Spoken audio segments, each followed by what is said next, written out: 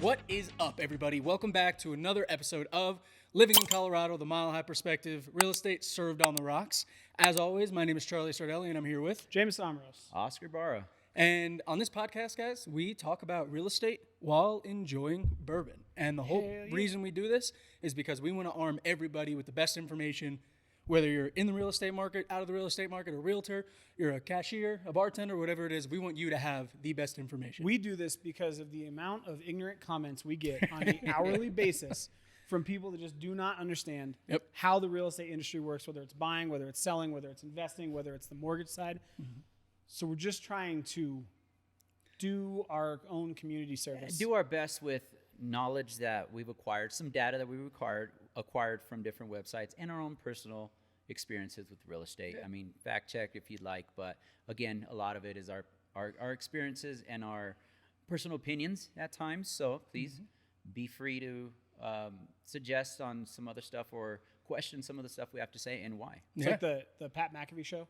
The disclaimers, like, these are just three buffoons that are talking sports, and they don't actually their opinions don't reflect ESPN's opinions. I mean, that's a good disclaimer to have. But while we talk about real estate, we try to enjoy some fine bourbon, and very rarely do we have the brown bags. We've done that. We wanted to move away from that. No.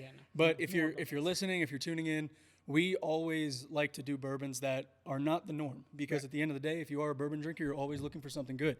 And today's bourbon, I'm gonna be honest with you guys. I feel like the bourbons that we've had in the past that are tied to celebrity names have not held up.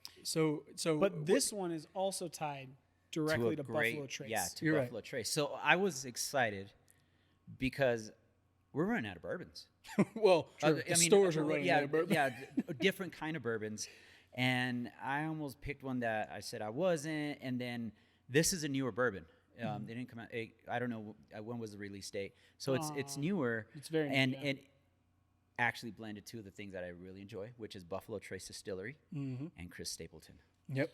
I will also make this contention. Okay. So, what was some of the other celebrity ones?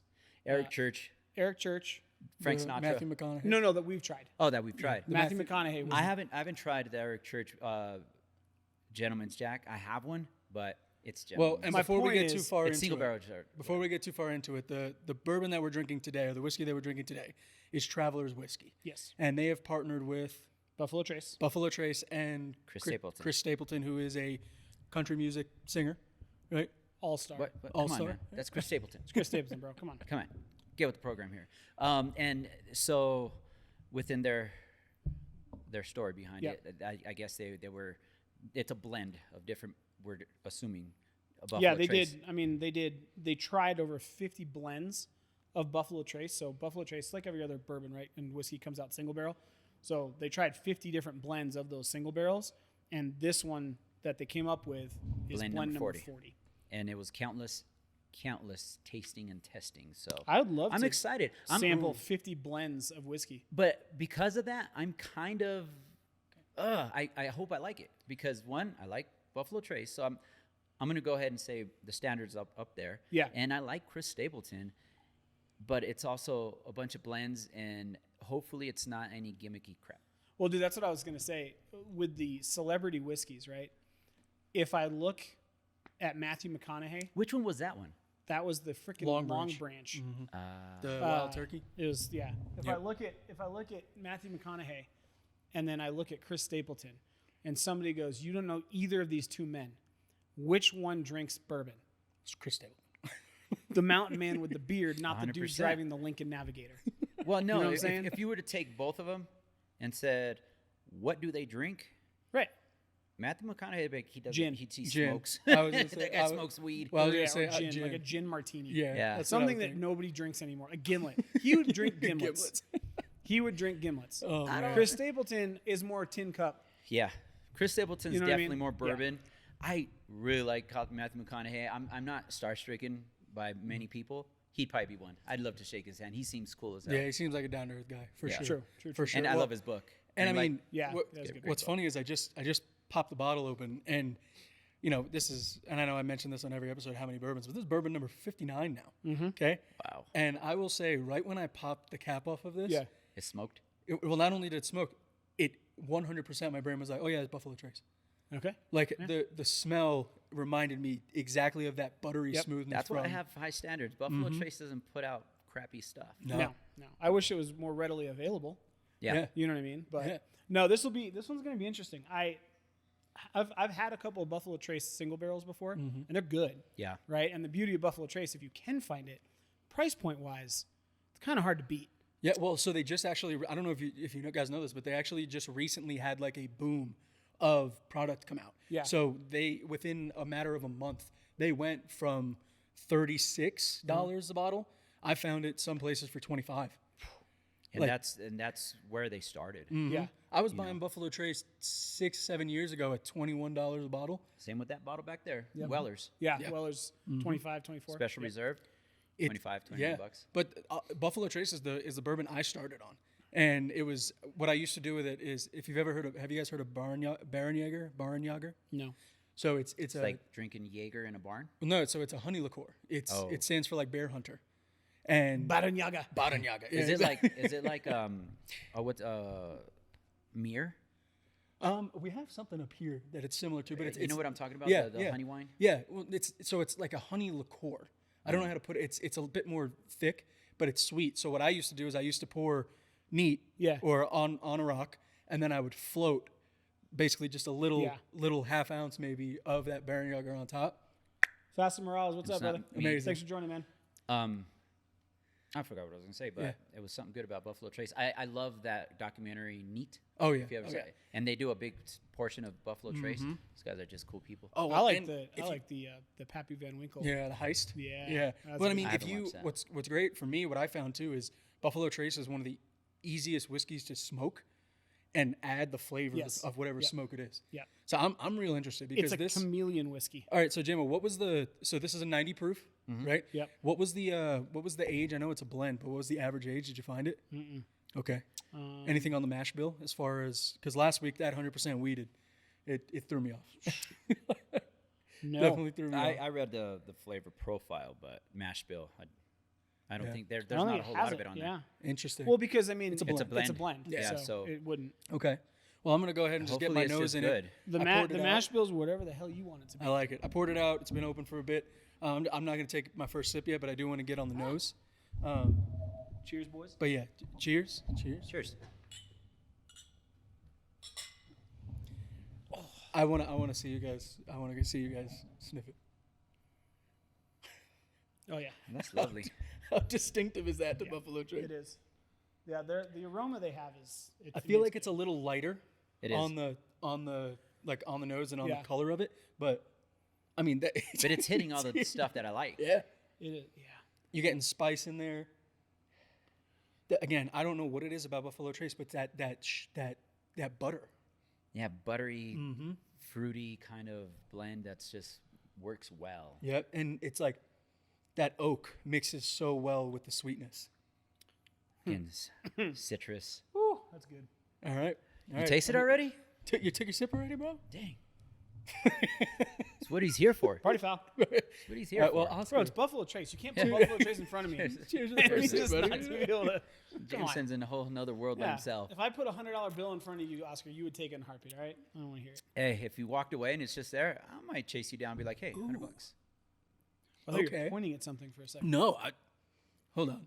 Charlie has been harsh on the last few bottles. Hold He up. has. Hold up. He's Wait a become minute. he's Something become a right? snob.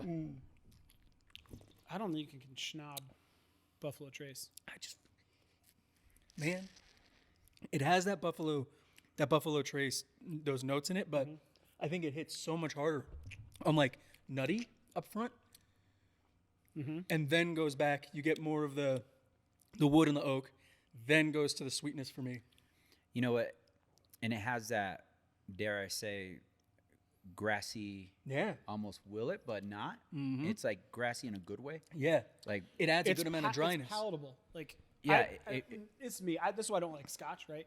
I don't love like earthy, grassy flavors in bourbon. you don't like a mouthful of moss? No, dude. Like I've had like malt whiskeys, or like to me the worst. I told you thing guys I ever had that created. I had that Johnny Walker Blue Label, Dude, and I was like, gross. I don't like this.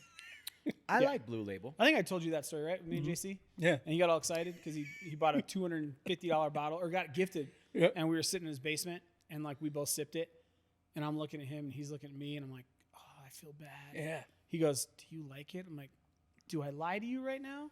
And then he looks at me and goes, I don't like it. I'm like, thank God. You got when Thank God. when you don't drink that spirit and Yeah. you get they gift you something nice, and you're like, oh, I should like this. It's expensive, and you're just like, I can't do it. It's like if anybody ever gifts me like an expensive bottle of tequila, Yeah. waste of money. Just Yeah, don't. it's me too. See, no, You know, I'll appreciate it and I'll take- sip it, but Nah. it I will just take give me. all of your tequilas. Yeah, all of the tequilas. if you bring me a bottle of Don Porfirio, that's hard to find, and it sips different. It Yeah. does. It hits and sips I different. have sipped. But like if you a bring really me a Patron good, bottle, which is yeah. garbage, Yeah. I'm gonna be like, look, you could have just went and bought a $20 Larceny. Yeah. I would have been like, hell yeah. Yeah, that makes sense. But anyway, I will say that the It is the buttery is yes, buttery, yeah, like it that like a butternut mouthfeel squash. is Yeah. so distinctive to Buffalo Trace. and then the burn's not there. No, The that's first what I one, mean. the burn was there on the first Yeah. drink, but it's gone already. Yeah. Well, not only that, like I will obviously, you know, we've had complex bourbons like Dexter and Prohibition and all them, but these, like this one is just in my mind is like this is a sipping bourbon. This is the bourbon that's on my shelf. Pop it open. Let's have a drink. I don't want to get too biased before we You know, review, and I'm but kind of upset that I bought this because now you I wanna drink was only gonna have like a sip and a pour and a sip. And now I'm like, man, this is it? good. This is gonna be good. This is gonna This be is good. dangerously good. I'm gonna go ahead and put that down out of my hand because that could be a little Yes. dangerous. It's dangerous. Oh, this isn't leaving my sight. Just grab Oscar, let it No, go. not today.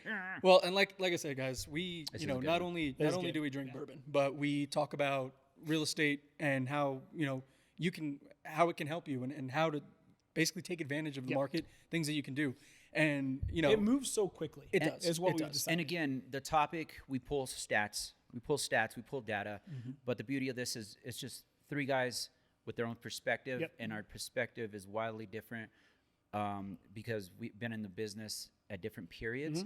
And sometimes I've been in the business longer. My perspective is probably not the best because I've been a little jaded in a certain area, and a fresh mind looks at it better, and vice versa. Because I've been in the business so long, I may have a better perspective and grasp of how to understand something. So that again, and patterns. Like Yeah. you've seen all of the cycles. Well, yeah, of and- everything. and again, that's the beauty of this. It's our perspective as well. So again, it's just our opinion perspective with data and facts. and you know what's funny to me is how many, you know, as realtors, a lot of us, if you talk to us, like, it's not that we hate Zillow, but at the end of the day, Watch who you ask. you know, yeah, exactly. It's not that we hate Zillow. It's just Zillow could do some things better, right?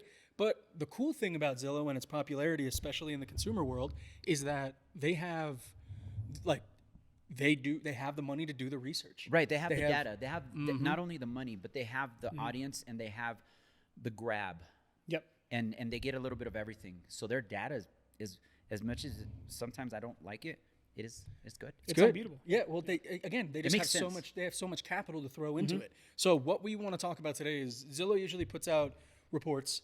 Again, just to kind of help the consumer. And this one, And again, it's not the hearsay, and it's not the End all, be all. Yeah, be Yeah. all. There's better stats and better stuff. We're just pulling from Zillow. because again, we want to be on the same page with you guys because you guys are probably using the Zillow information, seeing those headlines, seeing that pop up when you're looking for your house. So we want to talk about it with you. But today's topic that we want to cover is Zillow came out with a report that basically goes over different things that you can do to your house, renovations, additions, whatever it may be, and how they net you money when you go to sell. Is it worth it? Is the ROI good? So, JMO, you want to dive into it a little bit? Yeah, I mean, to set the table, we're going into the spring selling season, right? I just did a market report, an hour ago, and listings were up year over year this month in February, almost 21%, right? So more houses are coming to the market. Rates are still high. Buyers are still on the fence.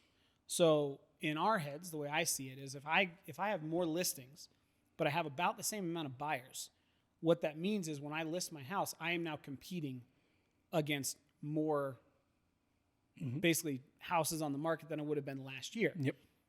Okay. So the question then becomes, well, if I'm going to list my house, I want to sell it for the most amount of money I possibly can. I want to outcompete other houses so I can sell it faster. What we want to go over today is inexpensive things that people can do to add value to their house. And this is backed up by data, again, from Zillow, showing what houses are selling for, and then touch a little bit on the back end of some projects that maybe people assume are going to bring them a ton of value, and they actually don't. And the caveat is that we're going to touch upon appliances and remodels. Yep. You know, they're two separate worlds. You might just be able to throw in a couple of appliances, and it actually increases value, or at least want, which is good for marketing. Yep. Again, there's a lot of the topic we're going to touch on personal preference. Absolutely. Because what if someone's gluten intolerant? Yeah. They don't want a pizza oven. Very true. Yep. All right. So what's number one? So the first one is upgrading kitchen features. Not the kitchen as a whole. Kitchen Not features. a remodel. Not a remodel. Feature. Kitchen features. So a couple of the interesting ones that I saw, pizza ovens. Yeah. Okay. So maybe I don't know. Do you guys think it's like a pandemic holdover where like People were making food. in the yeah, house. like when they had the whole like everybody was making sourdough bread for some reason. Yep. I mean, My why. sister's been on a That's sourdough not weird, kick now. At the end of the day, I mean, I'm assuming you could do a lot more than just pizza, right? Flatbreads and all that. But You can do. I personally, I like it because I like to cook. And when I can, I'll make pizza from scratch. But you could go to Papa Murphy's. We're not sponsored or anything. And pick up a take and bake. And I throw it in my smoker. Yep. Oh. And I smoke it. That's dope. So it gives it a kind of a wood fire, Yeah. pizza. But to get the effect that an actual pizza oven does, you can't. Well, and I think it's also one of those things where, if somebody's a young professional that eats out often and doesn't really care for it, I think it may fall to the wayside. And again, But gluten intolerant people. but I do think that it shows like how specific you can get. What do they cost? It depends, right? So if you do an industrial pizza oven where it's like built in, into like a double oven type of thing, those can run anywhere from $8,000 to $10,000. But Whoa. if it's mentioned and showcased in the listing, you're looking at upwards of 4% premium on the price of your home. 4% on 500,000, 600,000, 700,000. That makes Isn't that crazy? Just for a pizza oven. Just for a pizza oven. That's So you some spend cheddar you on spend that 10 pizza. grand on the pizza oven, Yeah. including install. You have your house listed at call it $700,000. You're getting 4%. So that's 28 grand more that you're getting on your house. I'll shout out, and if we could $18,000 take on her. adding a pizza oven. There's Right? a woman in Arvada that she runs a business called Bella Bistro. Yeah. Or I don't know if that was her restaurant, but she closed her restaurant down. Now she does classes at home. And, Yeah. And we've done them because she's phenomenal. She's Yeah. her personality is bubbly and fun. Her husband's dry, but he's super cool too. But you get a group of people together, and then you go cook your meal. And she teaches you, and she has a kitchen down in her basement. It's a walkout. It's a beautiful home. It's a multi-million-dollar home. But she invites you in. You bring the wine, and then you make risotto or pizza or whatever. We made flatbread one time in her backyard, which is a beautiful backyard. She has a huge wood-burning pizza oven. Yep. With like a built-in kitchen outside, and you're cooking. That is so my question is, awesome. Because if something like that is a feature, can you imagine hers? well, I'm trying to think like, what is that? Are you getting? Is that an addition to your oven, or is that like can you still use it as a regular oven?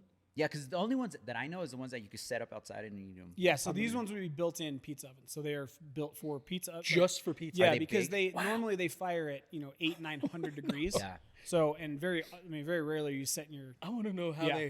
how they got the data on the pizza ovens. So And I- where? What state? Yeah. You know? dude. So here's the deal, though, right? The data is just it.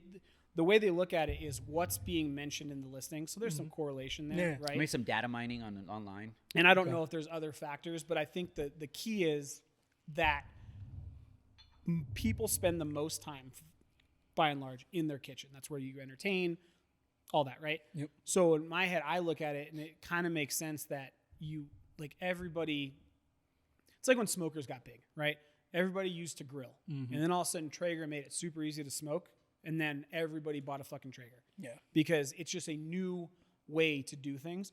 Pizza ovens, I think, are the same way. It's not the traditional, I'm going to do, Papa Murphy's and stick it and bake it in the oven at 425 degrees for 15 minutes. This is, I think, it brings people together. You make the pizzas by hand. You make the dough. You throw it in the pizza oven. It's Italian, right? And everybody loves like Neapolitan pizzas. So it's a completely different way to do it, to bring people into that kitchen. Wait, I can't throw my Tostinos in there? And you probably could. Yeah, saying. get some taquitos That'd be too, whatever you awesome. want, That'd right? be awesome. The other one Glorified air fryer. that's super interesting. Honestly, I didn't even know this existed. This is first place as far as appliances. If you put into your house and into the listing, and it gets you about a 5.7% net premium on your home price, is a steam oven. Whoa. So What are you steaming? the normal thing is obviously a convection oven, right, Yeah. where it heats the air. Yeah. So a steam oven is an oven that uses hot steam to cook food instead of air. Wouldn't it be wet? I like to cook, but veggies and what are those? Are they Japanese? The banh mi, but then there's that other. Anyway, not gyoza, but those are the only things that come to mind with the steam oven, which is crazy because the return is Or great. a bun? All right, so like a steamed bun? Yeah, that's banh mi. yeah. Oh, okay. So I here's love some here's banh mi. here's the thing with steam ovens. They cook 20 to 30% faster. Okay. Okay. And here's some of the benefits. Juicier proteins, so it retains the natural moisture. So if you're cooking like a roast or Yeah, whatnot, I can there's see more that. there's more in the air. Similar to like a smoker, right? You put a pan of water in a smoker if you're doing brisket, and then you right. Faster cooking time, reducing the risk of burning because it's moist heat. Effective reheating, warm foods more effectively than a microwave without drying it out. Faster defrosting, and you can cook a variety of foods at the same time. Interesting. Right? So the reason that I think this is interesting is So you can because use it as a traditional oven for stuff. use a traditional Okay. oven. Cook whatever you want, doesn't matter, right? They usually cost small steam ovens run under 500. Wall ovens will run you several $1,000s, right? So if you think of like Wolf appliances or Viking or whatnot, essentially what you would do is you would say, hey, you know what? I have a double oven, or maybe I just have a slide-in oven. I want a double oven. You spend $6,000 on a double oven steam, you can expect on average to get 5% more when you sell your home. You know, hopefully he'll watch this. I have a buddy, he's a realtor too, Brian Ford. He ripped his kitchen out and made a commercial kitchen in his home in Leawood in Littleton. Nice. And he said, my return is probably not going to, it's not going to be there. So I can tell you based on statistics, it's going to be like less than 50%. He has like this $10,000 Viking range. I think it was Viking. I mean, he cooks though. Okay. He's a chef too. He loves to cook, and he's always posting stuff. He makes great food, and he did the same thing on his outside. But I think listening to these stats, he might be getting a better return than he thought. It depends, right? Because the appliances, yes. When you do a full kitchen remodel, that's where, because you got costs of cabinets and you're starting to redo yours. It gets expensive. It does. But if you start swapping out the appliances, and if you notice, a lot of these are like your standard appliances. So I would agree that like if you go from a slide-in range to a Viking cooktop industrial, you'd probably get some return on it versus gutting the entire kitchen. And they do make a big difference because I have a standard gas range countertop. Yep. And the original one with the house went out. Yeah. I just kept clicking, and I went and I was pricing them out. Man, they get pricey. They do. And I bought one that's middle of the road. It's good. But then I have a buddy that has a really nice one. Oh, world of difference. So far, and what interesting to me when it comes to the appliances is like, obviously, it's an experiential addition to the home. Like, because I would say that less than, I would venture to say 1% of all homes have these things in them, right? So I think it's also like a wow factor, Right. And when you walk in, it's wow, you Focal have this, point, conversational piece. yeah, Which I mean, It tells a story. yeah, Right? absolutely. I want a sous vide, but that's not something you leave at the house. yeah. Two other ones that are super cheap. Okay. Not super cheap. I guess one of them's a little bit more expensive. That to me, now that I think about it, seem pretty obvious, right? The first one being farmhouse sinks. Yep. It's all the rage right now. And if you swap one of those out, usually it's $1,000 somewhere around there. They're up there. Yep. But they're nice. But if I you're like selling that same $700,000 house, you can expect an extra $7,000 If you over spend your a lot of expected time, price. which most people spend a lot of time, like you said, in the kitchen, it's aesthetically pleasing. First of all, second of all, it's big, it's functional. You can pots and pans. So it's just a great feature. I didn't buy one just because I did my countertops before I made that decision. But I would have loved one. They're up there in price, but they're nice. But you make a good point, right? Last week's episode we talked about things that homeowners don't think about, right? And while we're telling you things that you can add, a point, Oscar, the great point that you just made up is so many people will go, oh wow, I can make this return on it. I'm going to add a farmhouse sink. Okay, well now you got to cut your countertops. Like it's not just I'm going to buy the sink and put it in. So it's where the sink itself will garner you the money. As we're going to talk about later, you might have to. Is the remodel worth it? Is the replacement worth it? Yeah. Right. At that point, all right, maybe I do the countertops. And again, that's a whole nother piece. Depending, I think, on location and type of home you own, the kind of remodel you do in your kitchen, because kitchen's probably the best place that you could personalize. A bedroom's a bedroom. It's 4 walls. You sleep there. Yeah, you can't really do much to it. Bathrooms, I think, come in second. Kitchen. That's where you can get super fancy, super expensive. And I hate to use this term, but I used it earlier. You don't put a Mona Lisa in a trailer park and try to get $1 million out of it. Right. It's just not going to happen. And what was the second one? Beverage centers. Beverage center. I heard you say that earlier. Well, you guys have both been in my house. Yeah. My little beer fridge underneath my island. That's it. Okay. So you can get one of those. You can get a decent one. Like I think mine's Insignia from Best Buy. I have a beverage center and I didn't even know it. It cost me $500, and then I got a contractor to come out, cut my cabinet to custom fit it in. So I got rid of some cabinet space and put that in there, and I think that cost me like maybe $350. So all in, I was probably around $800 total, right? What do you keep in there? I keep beer. I keep soft drinks, my energy drinks, my rock stars. If you guys ever see my videos, champagne. Just depends on if I'm having people over. I'll stock it up and I'll have my IPAs on the top, Pilsners on the middle, and it's 4 shelves. Nice. But every time somebody comes over to my house, for the most part, they go, hey, you want to grab beer? Yeah, it's actually right on the cabinet. And they roll over and they go, holy shit, you have this here? Like everybody says something about it. Because it's just a cool feature that you normally associate with like a wet bar in a basement, not in a kitchen. I have mine in my front room. Okay. Right? All right. Your return on that? I got to put it in the kitchen. 1.5%. Interesting. Go ahead. Ask me what I keep in mind. What do you keep in your beverage center? Juice boxes. It's easily accessible for the kids, right? But my kids are like, I'm putting juice boxes. It is just because, and I think a part of this is just my guess, right? This is fucking good. I was going to say that. When you go look at houses, now that we've had so much building over the last 10 years as we've tried to catch up with supply, most of them, you go into a neighborhood, and let's say that neighborhood's 10 years old, right? Well, Richmond, Lennar, D.R. Horton, they were all building those houses. And every time somebody buys a plot of land, builds a planned community within a specific neighborhood, they usually have between, call it 3 and 6 floor plans, right? And every floor plan is essentially cookie cutter, especially now because they stopped doing the design centers for the most part and they just do like pre-planned colors and so on and so forth. So in my case, right, I walk into my house, it's a Hemingway model. And who's your builder? Richmond. Okay. And that Hemingway model I can find in like 19 different communities. And if I walk into every community, it's going to look the exact same floor to ceiling, right? Now all of a sudden, if I walk into one of those, but it's got a built-in pizza oven or steam oven, or it's got a beverage center under the massive island, or you know what I mean? One of those little things, now all of a sudden people go, wait a second, this is different than the other 3 Hemingways I saw. Yeah. I'm going to pay a premium for this.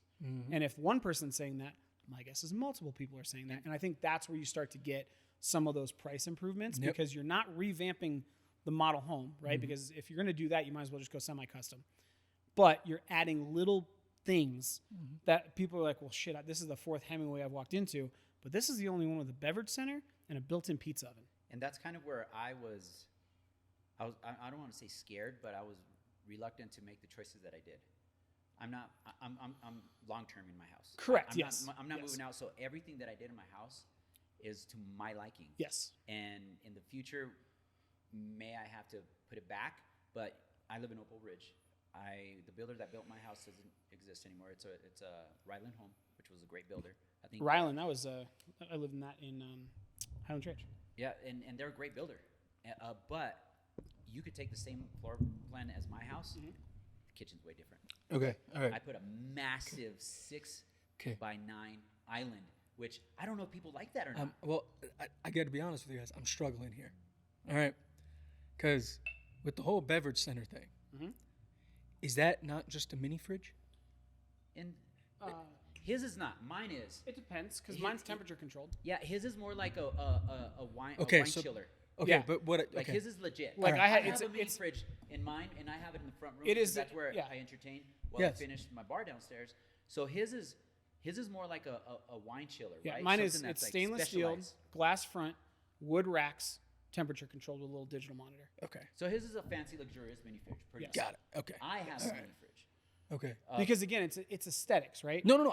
That's again, my point. And this is where the I guess the cheap hippie in me comes out, right? And because when I think about it, I go, Guess what I paid for my mini all right, fridge? well, that's what I'm getting to. Is like when I think about it, and like for exactly what you said, I hate myself for this, by the way. why don't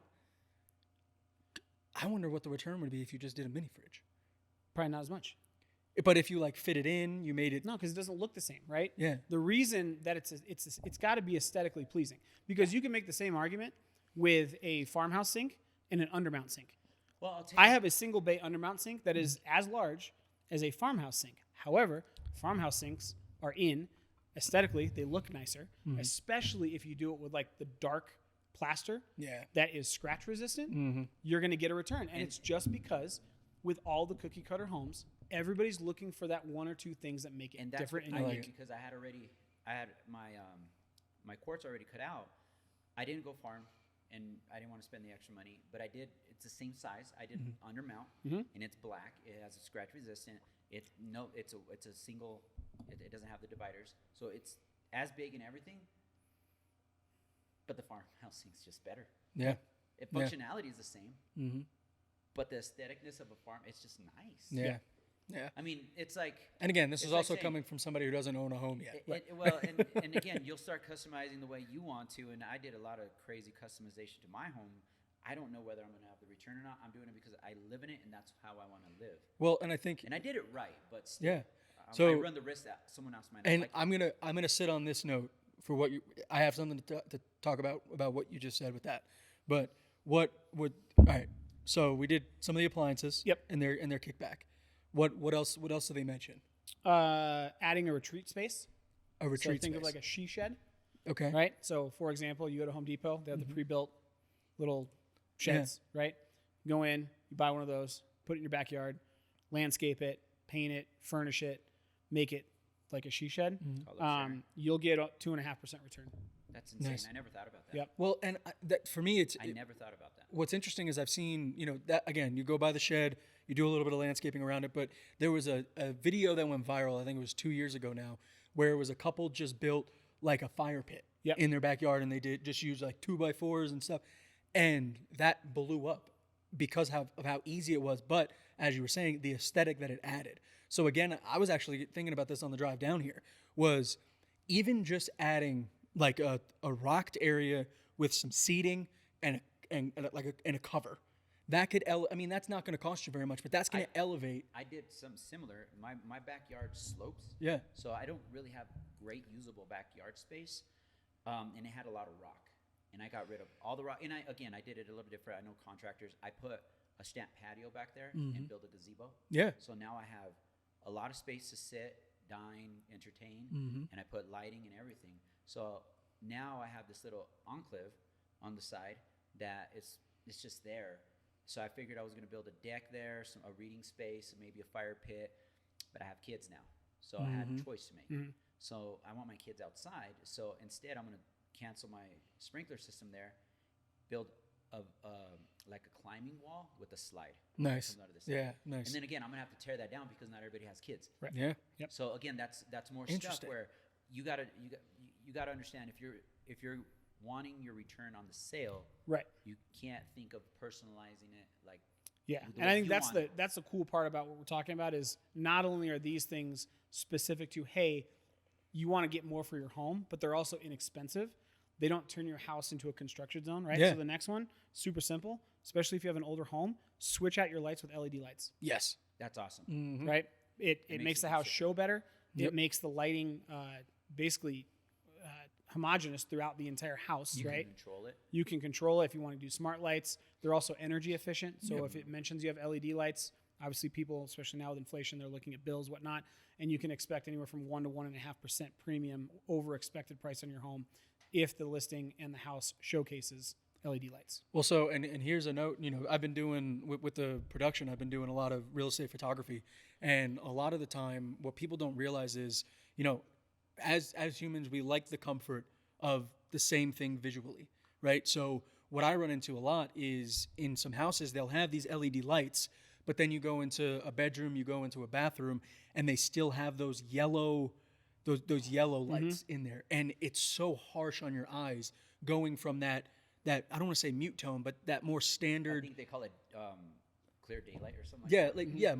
More of that easy on the eyes color to then that hard yellow switch. Correct. And a lot of the time, for me, I'm going to shut those lights off Yeah. when I'm taking photos because it's going to ruin the whole hue of the shot. This lighting, Yeah. this lighting sucks. Yeah, this is like a dentist office. This is all right. First episode. These are my prescriptions. I added them on. I forgot, and then we're like, you got to run with it. But it also helps because these lights jack my eyes up. I look like I'm high after an hour. Absolutely. Under these freaking lights. And on average, LED lights, if I remember correctly, they last over like 30 times longer. Oh yeah, Right? You don't replace them as much. I do want to touch on the exterior she sheds.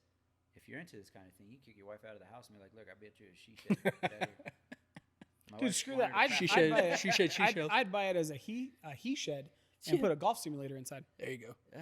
Man, you're on these That's a golf big structure. That's a big structure. That's a garage. It's a He-Man shed. That's a garage. You're If building. you guys haven't been following for a while, Jameson really wants a golf simulator. Oh yeah, yeah. Somebody gift me a golf simulator, sponsor me, something. We'll big do the is your- podcast in the golf simulator. I don't care. What's your basement ceiling height? 9. Oh, dude, you got it. It's doable. Oh, I know. It's Oh, trust doable. me. I know. It's coming. I know. Hey, grant me It's coming. access to when I want to go. I'll provide the construction to build it down there. There you go. You provide a simulator. No, dude, you can I'll use it send when the you want. cons- Are you I'll- kidding I'll me? send the contractors and be like, hey, let's do this. I'll clip this and give it to Caitlin because she's also the driving force behind this. She Nice. That's the beauty. And Yeah. I told my wife, I said, you know what? I gotta buy you some clubs. You gotta come golf. Yep. Because if I hook her, Yeah. oh, it's on. Oh yeah, Caitlin's done and done. Like I love it. she do it tomorrow. I love So, it. I love it. What's Love all right? here's another one. This one's actually kind of cool, right? Because this is under $1,000, but you can expect 2.5% return. So again, same thing. $700,000 house. You spend about $1,000. You're gonna command almost $10,000 to $14,000 on top of the expected sale price. Radiant heating in bathrooms. Really? Yes. So the reason being, you know what, and I'm going to attest to this. So my in-laws, they had a house in Colorado Springs, and the first time I spent the night over there or whatever, and I turned the radiant heating on just because it's like, whatever.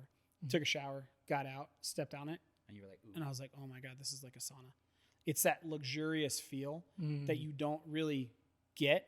But now every time I step barefoot on cold tile, I'm like, God, I wish I had radiant heating. And it's cheap. It's at most. You go home and take showers like, this is a peasant's shower. Yep. yeah. I might as well be bathing in a trough. Jeez, what is bring this? me a My trough. feet are cold. What is this? Yes, You go this out is to your bullshit. cold I pool. am This is going where to be I'm- suffering from frostbite. This is where I'm going to bathe from now on. You want me My to cold lose my plunge. toes? It's like a plush pair of house shoes. Dude, Okay. it's great. But anyway, it's about $20 a square foot. So if you go to a medium-sized bathroom, you're looking anywhere between $500 and $800 for depending on the demo and relaying the tile and whatnot. But all it is a mat that gets hooked up to 120 volt, and in that cost, you may have to put an extra sub panel or run something to make sure Run it's 220. it's code right.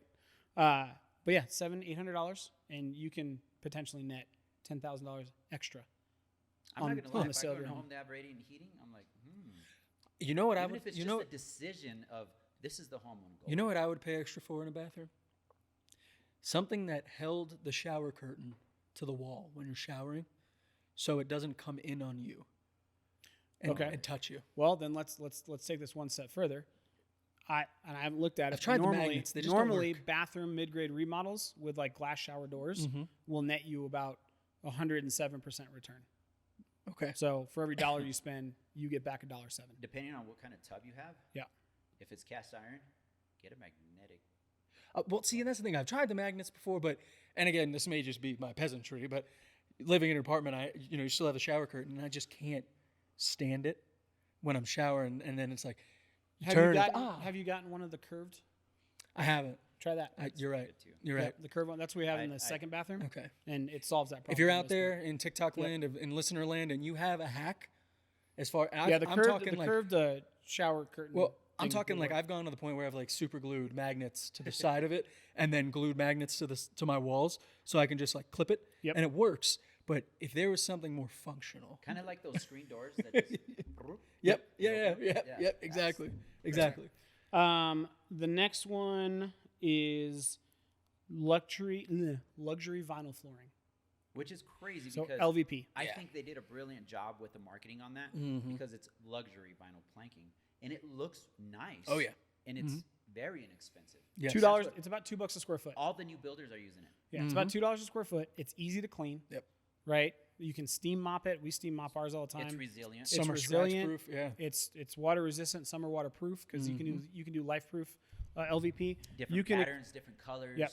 You can expect 1.4% return. Yeah. So now you're sitting again $2 a square foot. Just obviously depends on how much square footage you're doing, but on a $700,000 house, that's going to be our avatar, I guess, for today. We're you're in talking Colorado, and that's close to medium. You're talking $7,000 to $8,000 extra over your expected purchase price. And I think if you were to, let's take a state that doesn't have that medium price point, that you're maybe at 3 to 4, it's probably going to hit you more. Yep.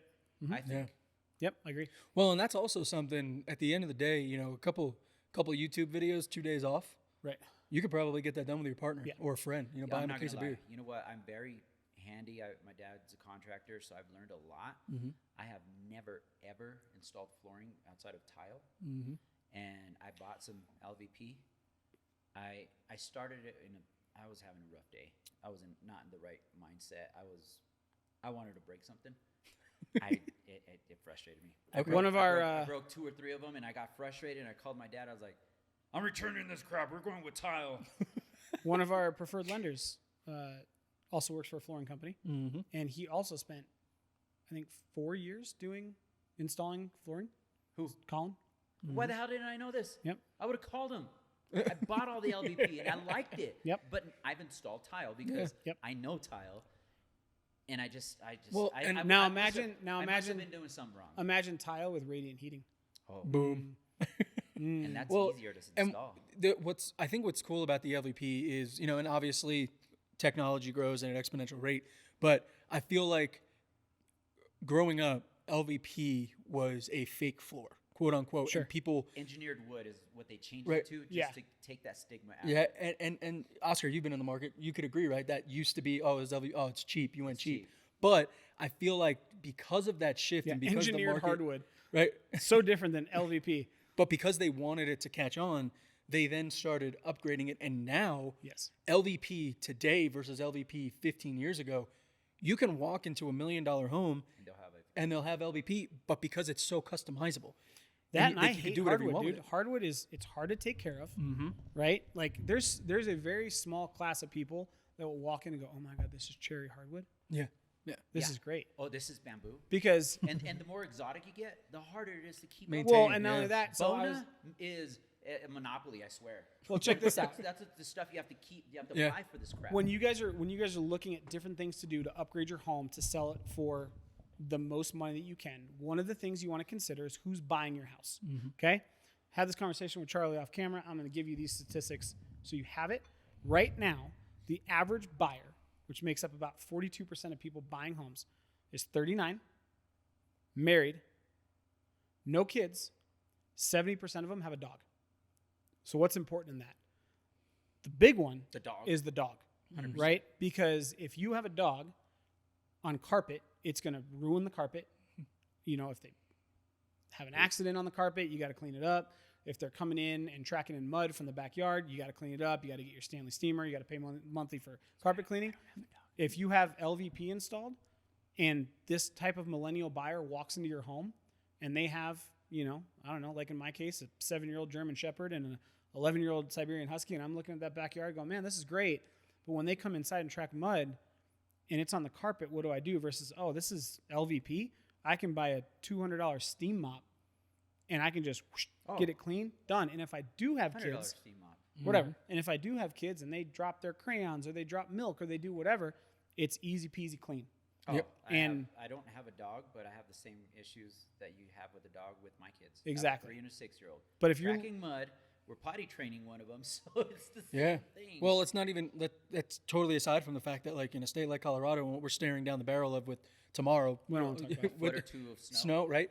Now think about how often you're tracking that moisture from your shoes coming in from outside. Hey, I'm kind of excited On for a- you for yeah. the snowstorm Yeah. with your new car. Oh yeah, it's gonna be fun. 4-wheel drive on that car is awesome. It's gonna be fun. But yeah, so I'm if a you're car look, guy, I if had you're to say yeah, if you're thinking about it, you say, man, I have my house. I love everything about my house. I want to sell it, but I have carpet throughout the main floor. Yep. It may be worth it to get it priced out to rip out the carpet and put a nicer LVP. Even if you So have that- hardwood, I dare to say. Yes, I would but agree. but especially carpet, Yes. right? 100%. Yes. But hardwood, yes, same thing, because you have to look at who is buying these homes. Mm-hmm. And it literally is the stat was that 70% of home buyers own a dog.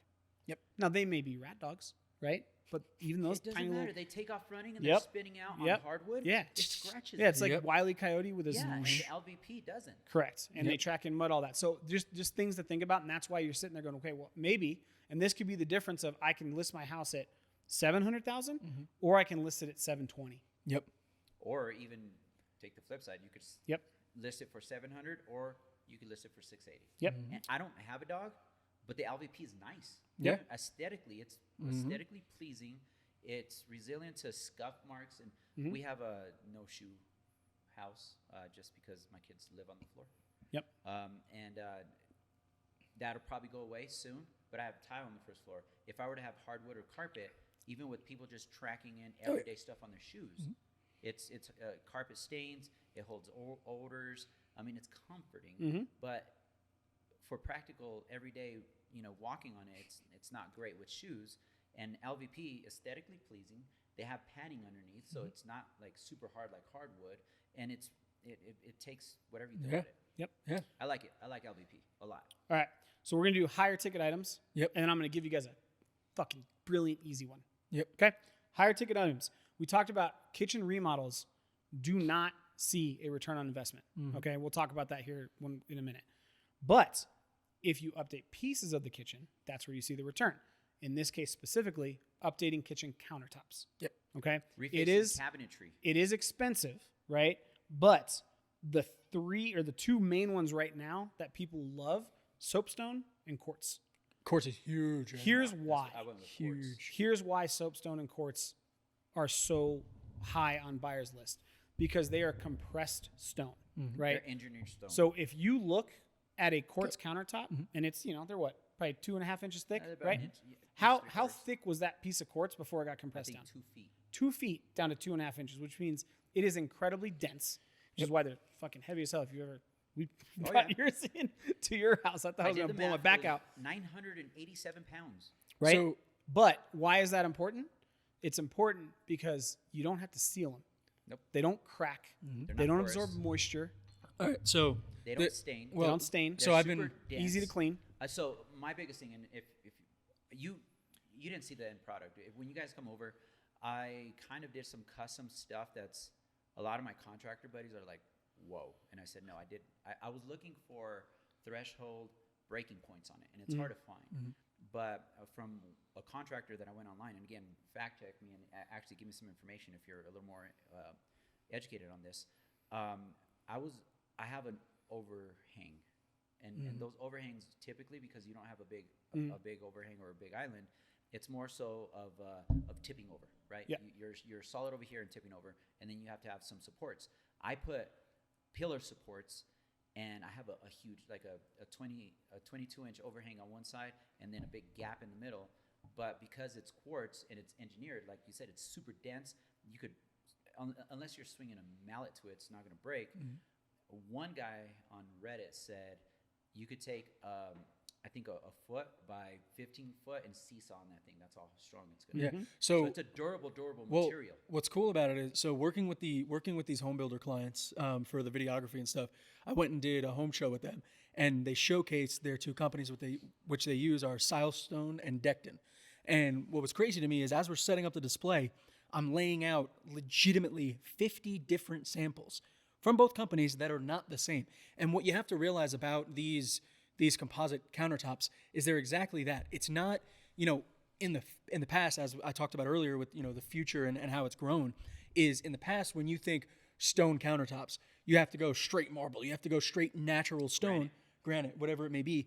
But what people don't realize is these stones have natural defects. So if over time you're putting stuff on the counter, putting stuff on the counter, putting stuff on the counter, you're creating a separation, more damage in that natural crack that's in the stone. Exactly. Seal them. Right? Yep. But with these composites, they're literally taking 5 to 8 different materials, superheating them, and then pressing them together. So you get scratch resistance, you get water resistance, you get stain resistance, you get weight, like you're saying.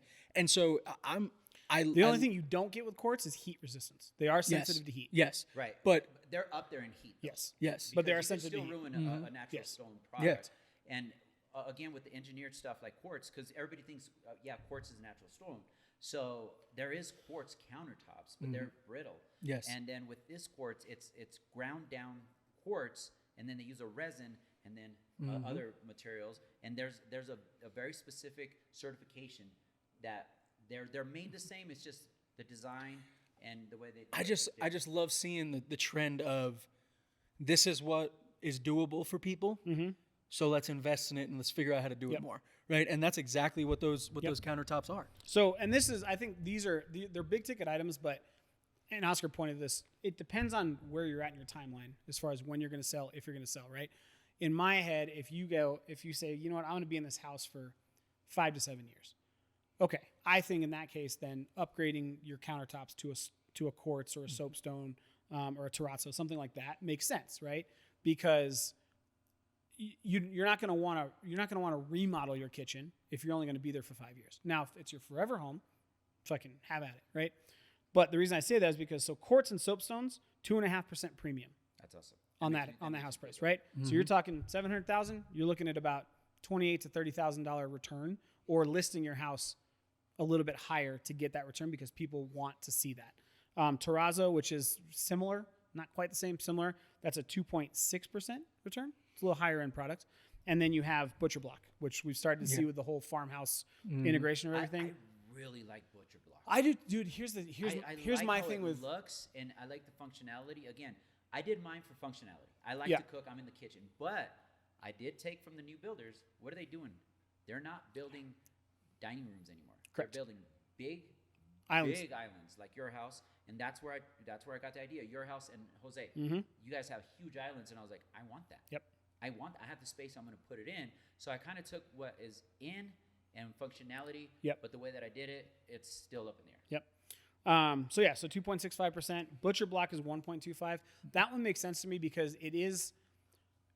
You got to clean it. Yeah. Right. It's a little more labor intensive. It's a little bit more labor intensive, and I think it goes along with the whole farmhouse aesthetic. I really like it though. So do I. But here, my point is, I don't think it's a fad, but there's just so much farmhouse right now that eventually I think it's going to swing. It will go away. A different way. You know what? The functionality of it, I think it'll die out. I aesthetically, just because I like it, I really like, and I like different. Yep. And I like how it looks. I wouldn't have done it in my kitchen because of I don't want to spend all my time like working on this damn countertop. So cool. I'm going to give you guys the last one that I think is super simple. If you are in the process of thinking about listing your house and you're working with an agent, or maybe you're not working with an agent yet, ask them this question. Do you either A, have a stager or a staging consultant? Mm-hmm. Okay. Mm-hmm. In my case, I have a staging consultant. It cost me $275 for them to walk through a house and give these sellers a list of things to do that will add value during showings. And the return on investment we've seen has been astronomical, mainly because as a seller, if you're working with me, and I don't want to speak with these guys, but you're spending $0. Mm-hmm. You're spending time, right? But they'll go through and they'll tell you the different things you can do if you don't want to pay for staging. That's going to make your house shine for buyers. It costs me $250, $275. I do it for free for my clients, and they get a checklist. They go through the checklist, they get everything done, and then all of a sudden, wow, we're getting more offers on the house, so on and so forth. And from a business and real estate standpoint, that works. I don't have a consultant anymore, but I used to use I got one for you. I know Roxanne. I know what I need to do, but guess what? They're not going to listen to me. Right. But they'll listen to consultant. Yep. I'll tell them the exact same thing with the consultant, and I provided it for free. Because they're normally an interior design consultant. Absolutely. Yep. And they have a better eye for that. Yep. So really quick before we go, also from a how can I word this? Budget effective. If you're selling your house, two of the biggest things that I've seen best returns, and I don't know the stats, paint and carpet. Yes. Flooring and paint make a huge difference in a home. Yes. And this Neutral colors. that is a well, so glad you brought this up. Zillow's survey, the colors now that are seeing the highest return are dark accent walls, either navy blue or dark charcoal gray, specifically in sunrooms, primary bedrooms, Yes. kitchens, and powder rooms. And I'm It's the painting my whole contrast, house man. too. The eyes, I the went brain's a with beautiful thing. agreeable gray to the whole house. It's almost like a light gray white. My kids chose an accent color. They're like, Dad, I want something else. So I was like, okay. I did it. My son went with a dark green because he likes Minecraft, and I went with a creeper green. If that's Nice. it. Yeah. It changed his bedroom.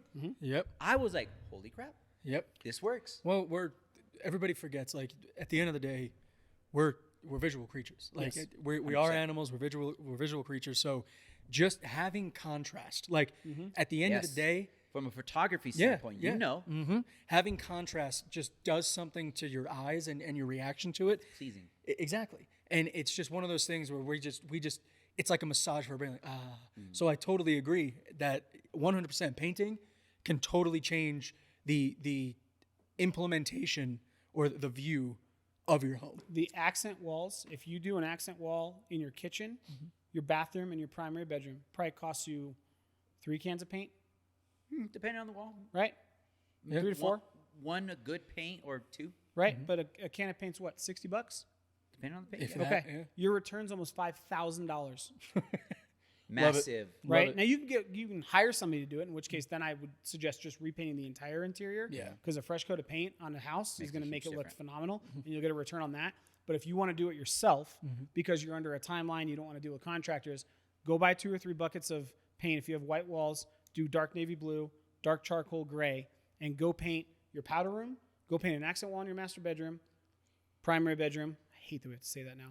And then either your kitchen or a sunroom accent wall, $5,000 return. Like And that. I'm going to throw this color out because my daughter, I did this pink that I still don't like it, but It's pink. it works, and that's what she wanted. But my son's bedroom, I was blown away. Yeah. That dark green, the contrast of his bedroom, I want to sleep in his bedroom. That's awesome. And because he's into Legos and he has all kinds of other stuff, but that dark green made a huge difference. Hell yeah. So I'm going to throw out the dark green. And if you guys are watching, if it's your first time listening, at the end of every episode, what we do is we like to give our one rock takeaway. And basically what that is that's just kind of a final checkpoint on the topic for today's episode. We try and keep it short and sweet, but obviously we have a little bit of bourbon and we're passionate about real estate. So we have a lot sometimes of it goes opinions. a little Passionate sometimes about darkle or dark Darkle. charcoal. World. Dark World. charcoal. Word. Gray walls. Jesus. Right? Yeah. All right, so I'm gonna go ahead and take this one rock takeaway. Okay. And my one rock takeaway for this is you can change your home for however you want it to be. But at the end of the day, remember that what you have is a product and you are trying to sell it and make money. Because as Oscar was stating earlier, he did the changes that he wanted for his house. And if you're only planning on living in the property for 5 to 7 years, which is the normal, maybe you take a look at some of these cheaper options to add a little bit of value without remodeling a whole kitchen. But if you're if you're not planning on doing that, then it could just be easier for you to take the opportunity and the chance and just go for it and change something. I'll piggyback on that. If you're looking on return on investment, looking from an investment standpoint, this is not typical investment, but it is your investment because it's your home.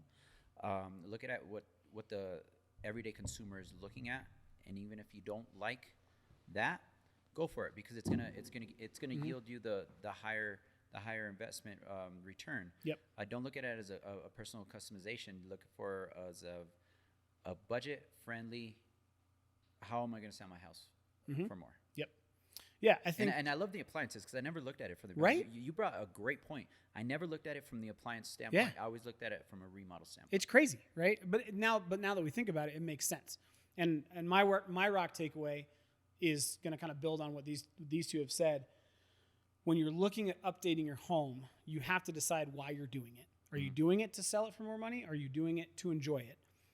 And you have to understand that, like Charlie said, if it's a product, the only way you drive the price of a product up is demand. The only way you create demand is by getting as many eyeballs on it as possible. The only way you do that is to make it as universally acceptable to as many people as possible. Yeah, maybe so look at what trends are going on. Right. So when you look at, and it makes sense why something like a major kitchen remodel only nets you 50 cents on the dollar, right? Which is crazy. I spent $100,000 on a major kitchen remodel. I'm going to recoup 50 grand of that, which means I'm going to lose $50,000. But the kitchen is a highly personal space, and everybody uses a kitchen differently. And you put it in a sink, and you're going to yield that much more? And that's because the sink is a universal thing that people will use. I like it. But even if you have that in there, the next person that buys the home still has the ability to remodel. Same thing with decks, right? Most people think, oh my God, if I put a deck in, everybody loves to be outdoors. Sure, but they use the outdoor space differently. So let's say you have buyers that come in that want to do a outdoor kitchen, but the deck that you built doesn't allow that to happen. Your deck dollar for dollar return is 60 cents on the dollar. They're going to rip it out. Right? I spend $10,000 on a deck. I'm only going to recoup $6,000. But if I do something like, upgrade or replace my garage door, I'm going to gain 30 cents on the dollar. I wonder what toilets go for. Right? I like shit. I mean, I can tell you that a bathroom remodel that is upscale, you buy 36 cents on the dollar. You buy a $32 bidet off of Amazon. You got me. So the point is, if you're looking to do it for you, do it because it's your home. You're going to live there. You want to enjoy it. That's why you buy a house. If you're looking to do something with the mindset that I want to do something that's going to net me the most, talk to a professional, and we will walk through it. That's funny you say bidet. I have a buddy that's big time into that, and he didn't install bidets. They're just like makeshift bidets, and I'm just like, why is there like a shower thing in your toilet? He's like, Yeah, it's no. great. And Just, I was like, I'm not into that. Just buy $32 ones off of Amazon. It'll change your life. Promise. If you're not in the bidet family, I'm sorry you're missing out. Do it.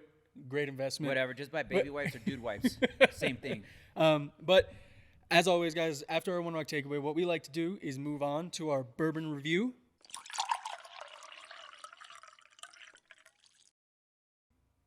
And on today's episode, we are reviewing Traveler's Whiskey, which is a Buffalo Trace combination in partnership with Chris Stapleton. And I will tell you guys that this is Buffalo Trace through and through. Absolutely. I can't agree more. Yep. And this is batch number 40, or what is it? Something 40. Batch 40. Batch Sample 40. Sample. Yeah. Whatever. Okay. It is. It's Or batch. It's man, interchangeable. I'm pleased with it. Yeah. I thought I was, because we have great bourbons from good distilleries or good backstories that we're like, I want to love this, and we're like, this is garbage. And I was hoping this wasn't one of those. And like I said at the beginning, I've just been jaded and felt like I learned my Charlie lesson. has been hammering. Well, no, I bottles. can't. I feel like everybody who's ever had a semblance of fame is doing some form of liquor. And a lot of the time, from the experiences that we've had here on this podcast and drinking, it's literally just a marketing thing. Here, look what I did. And then Buffalo Trace was smart, because if Buffalo Trace would have been like, this is Darius Ruckers, all right, Hootie does not, I don't think he drinks bourbon, all right? But this is Chris Stapleton. Yeah, I think just on a marketing standpoint, this is the first one that I've tried that's tied to a celebrity, whether it be bourbon, whether it be tequila, whatever it is, that held a little bit to it. And I think Chris Stapleton did a phenomenal job of going with Buffalo Trace. And you know what? I'm very skittish when it comes to marketing with an artist. Whatever that artist is, it's just like, all right, it's gimmicky. They want to sell their product.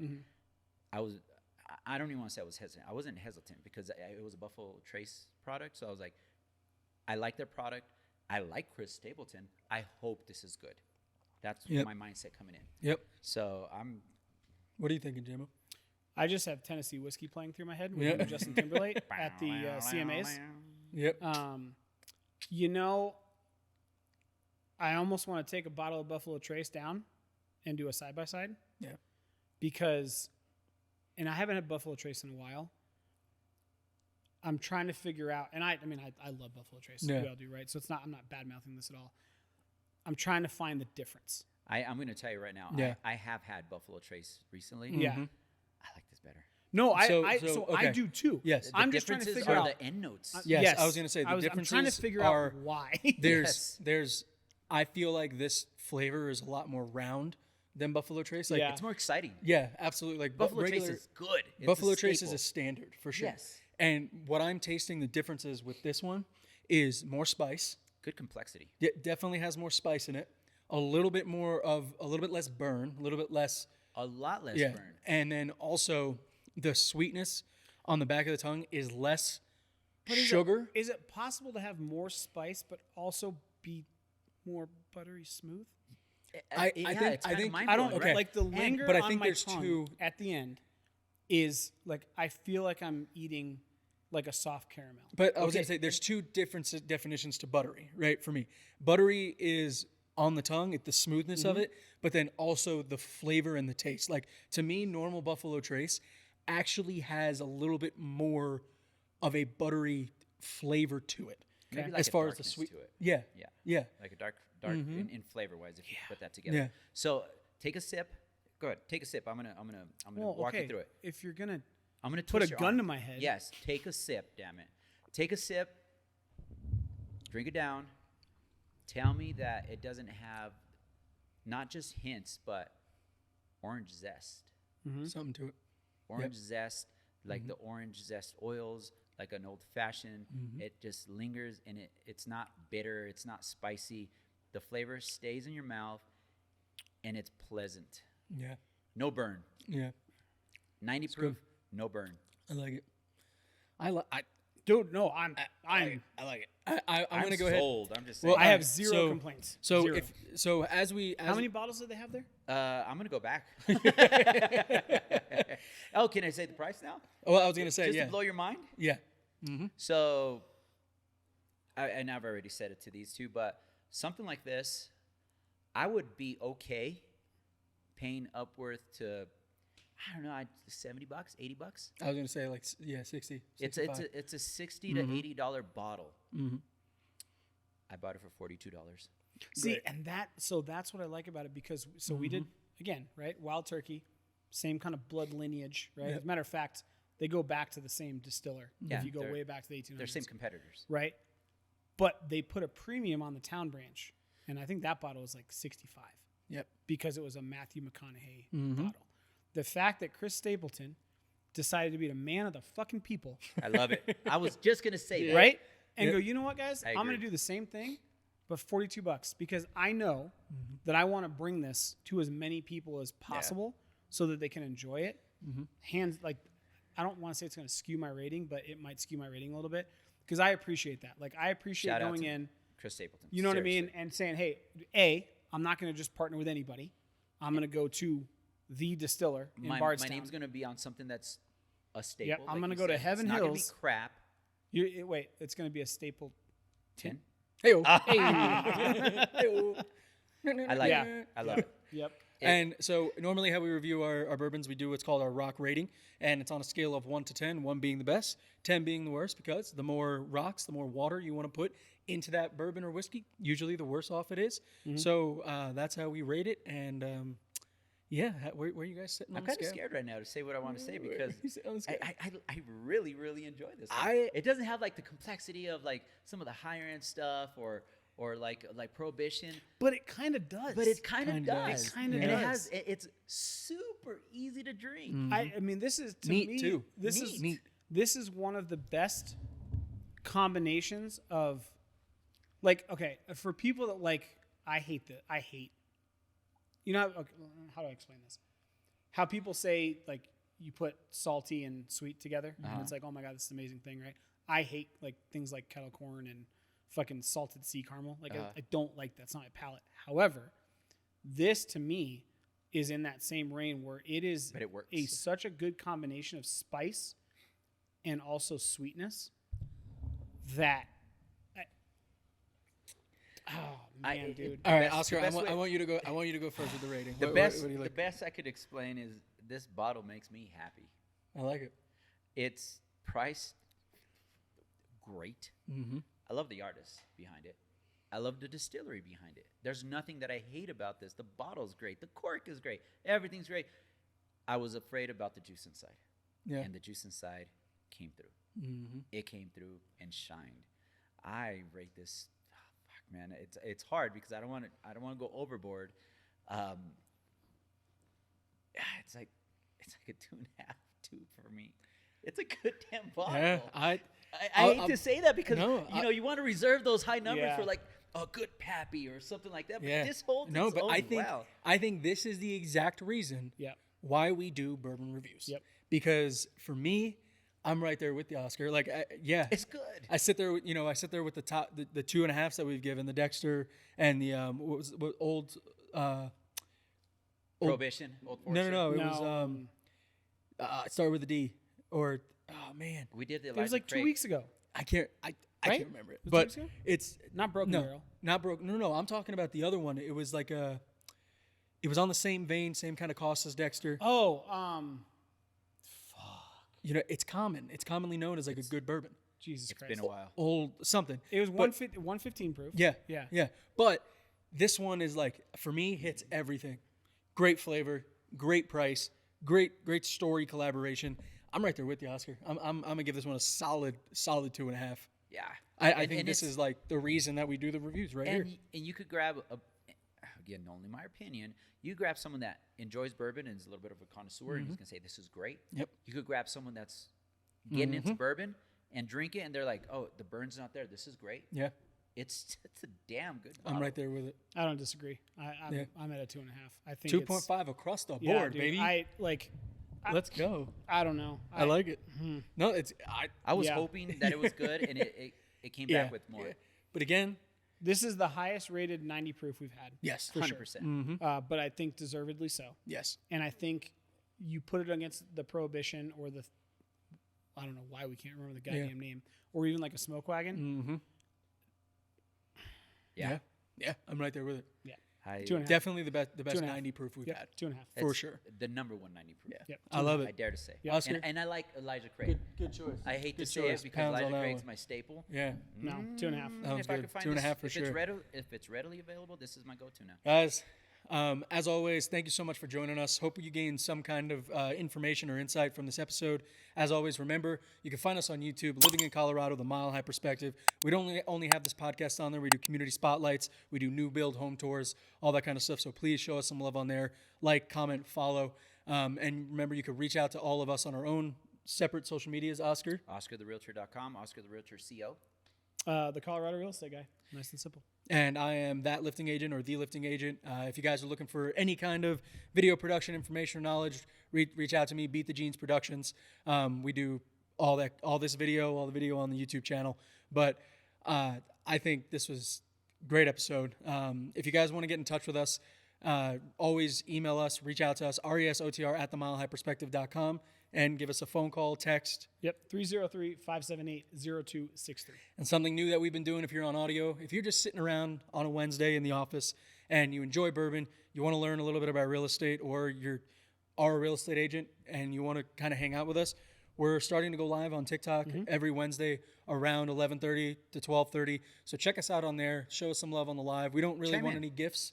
Yeah, we don't, no. no gifts. Just give us some comments. We're here for you guys. We want to answer some questions. But thank you for listening to us. As always, we'll catch you later. Cheers. Cheers. Thank you for being with us.